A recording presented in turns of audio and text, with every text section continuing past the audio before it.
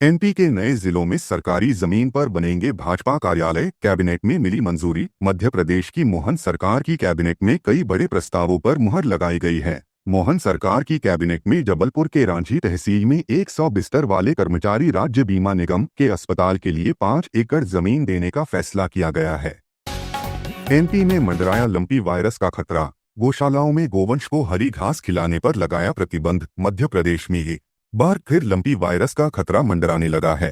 प्रदेश के झाबुआ जिले के गोवंशों में संक्रमण के मामलों को लेकर अभी हालात सुधरे भी नहीं थे कि अब झाबुआ से सटे रतलाम में लंपी वायरस का खतरा मंडराने लगा है। जिले में लंपी वायरस के खतरे को मद्देनजर रखते हुए पशुपालन चिकित्सा विभाग द्वारा जिले की गौशालाओं के लिए जरूरी दिशा निर्देश जारी किए हैं। एमपी में इस्लाम न कबूलने पर युवती की हत्या, पंडित धीरेन्द्र शास्त्री ने कहा, दुर्गा बन तो काली बन, कभी न बुरके वाली बन। मध्य प्रदेश के बुरहानपुर जिले में हाल ही में एक प्रेमी द्वारा युवती की गला रेत कर हत्या कर दी गई। युवती के परिजनों का आरोप है कि प्रेमी द्वारा उस पर इस्लाम कबूलने के लिए दबाव बनाया जा रहा था। मध्य प्रदेश की लाडली बहना योजना में बढ़ोतरी, यह बदलाव दिवाली के बाद लागू होगा। रक्षाबंधन से पहले इस दिन खाते में आएंगे पैसे, अगस्त में मिलेंगे 1500 रुपए। सीएम मोहन यादव ने बताया कि रक्षाबंधन के शगुन के रूप में 250 रुपए और लाडली बहना योजना की 27वीं किस्त के 1250 रुपए 7 अगस्त को ही लाडली बहनों के खाते में आ जाएंगे। रक्षाबंधन से पहले फिर महंगा हुआ सोना, बाजार में सोने की कीमत 800 रुपए बढ़कर 98,820 रुपए प्रति 10 ग्राम हो गई।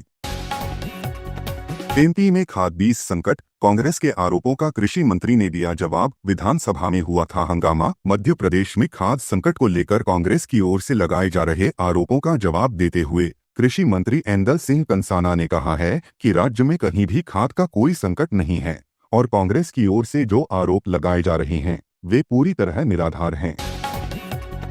मुरैना में बनेगा देश का पहला solar energy storage plant, Mohan Yadav cabinet ने दी मंजूरी। कैलाश विजयवर्गीय ने बताया कि प्रदेश में एक और इनोवेटिव सोलर एनर्जी के ऊपर काम हो रहा है।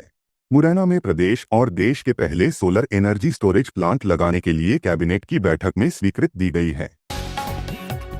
एमपी में 108 एम्बुलेंस में 900 करोड़ की गड़बड़ी, गाड़ी पर 3 गुना अधिक खर्च। रोजगार योजना भी सवालों के घेरे में। मध्य प्रदेश में 108 एम्बुलेंस सेवा और बेरोजगारी से जुड़ी योजनाओं में बड़ी खामियां सामने आई हैं। एम्बुलेंस सेवा में भारी खर्च के बावजूद गड़बड़ियां हुई। सरकार की ओर से विधानसभा में बताया गया कि एम्बुलेंस संचालन करने वाली कंपनी ने फर्जी दस्तावेजों से काम लिया, जिस पर केस दर्ज किया गया है। वहीं करोड़ों रुपए खर्च करने के बावजूद युवा बेरोजगार ही हैं और श्रमिकों के पंजीकरण में भी भारी गिरावट आई है। इतिहास के सबसे लंबे चक्काजाम की तैयारी में कांग्रेस, सरकार को 8 दिन का अल्टीमेटम। प्रदेश कांग्रेस अध्यक्ष जीतू पटवारी ने एक अल्टीमेटम दिया है और कहा है कि अगर 8 दिन के अंदर गुना के बाढ़ प्रभावित इलाकों में मुआवजा देने के साथ राहत कार्य नहीं हुए तो कांग्रेस गुना में इतिहास का सबसे बड़ा चक्काजाम करेगी। महिला बाल विकास की सुपरवाइजर ने मांगी 1,80,000 रुपए रिश्वत, लोकायुक्त की बड़ी कार्रवाई। ताजा मामला मध्य प्रदेश के शिवपुरी जिले का है, जहां महिला बाल विकास विभाग की सुपरवाइजर को रिश्वत लेते हुए लोकायुक्त ग्वालियर की टीम ने रंगे हाथों पकड़ा है।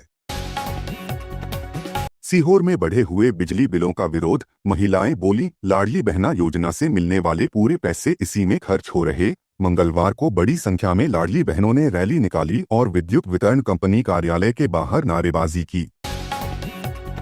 छतरपुर और भिंड के 628 युवाओं ने लगाई दौड़। शिवपुरी में 295 युवा सेना भर्ती के अगले चरण के लिए चयनित। शिवपुरी में चल रही भारतीय सेना की अग्निवीर भर्ती में छतरपुर और भिंड जिलों के युवाओं ने अपना दमखम दिखाया। इस दिन कुल 628 युवाओं ने दौड़ परीक्षा में हिस्सा लिया। इनमें से 295 अभ्यर्थी इस परीक्षा में सफल रहे। नेता प्रतिपक्ष उमंग सिंघार ने सदन में उठाए प्रदेश की विकास नीतियों पर सवाल, पूछा, मेकिंग मध्य प्रदेश कब बनेगा। सदन में महानगर विधेयक पर चर्चा के दौरान नेता प्रतिपक्ष उमंग सिंघार ने मुख्यमंत्री मोहन यादव के पर गंभीर सवाल खड़े किए। उन्होंने पूछा कि मेकिंग मध्य प्रदेश की बात तो हो रही है, लेकिन इसका स्वरूप कब और कैसे साकार होगा, यह अब तक स्पष्ट नहीं है। उमंग सिंघार ने कहा कि सरकार किसानों को मुआवजा नहीं दे पा रही। गृह विभाग ने दिया जवाब, 4 सालों में हुए 1000 करोड़ के साइबर फ्रॉड, 2 करोड़ भी नहीं दिला पाई पुलिस। बीते 4 वर्षों के दौरान साइबर अपराधियों ने जनता के बैंक खातों और मोबाइल नंबरों को निशाना बनाकर भारी पैमाने पर ठगी की है। लेकिन चिंताजनक बात यह है कि इतने बड़े पैमाने की धोखाधड़ी के बावजूद राज्य पुलिस केवल 1 करोड़ 94 लाख रुपए की ही राशि पीड़ितों को वापस दिला सकी है।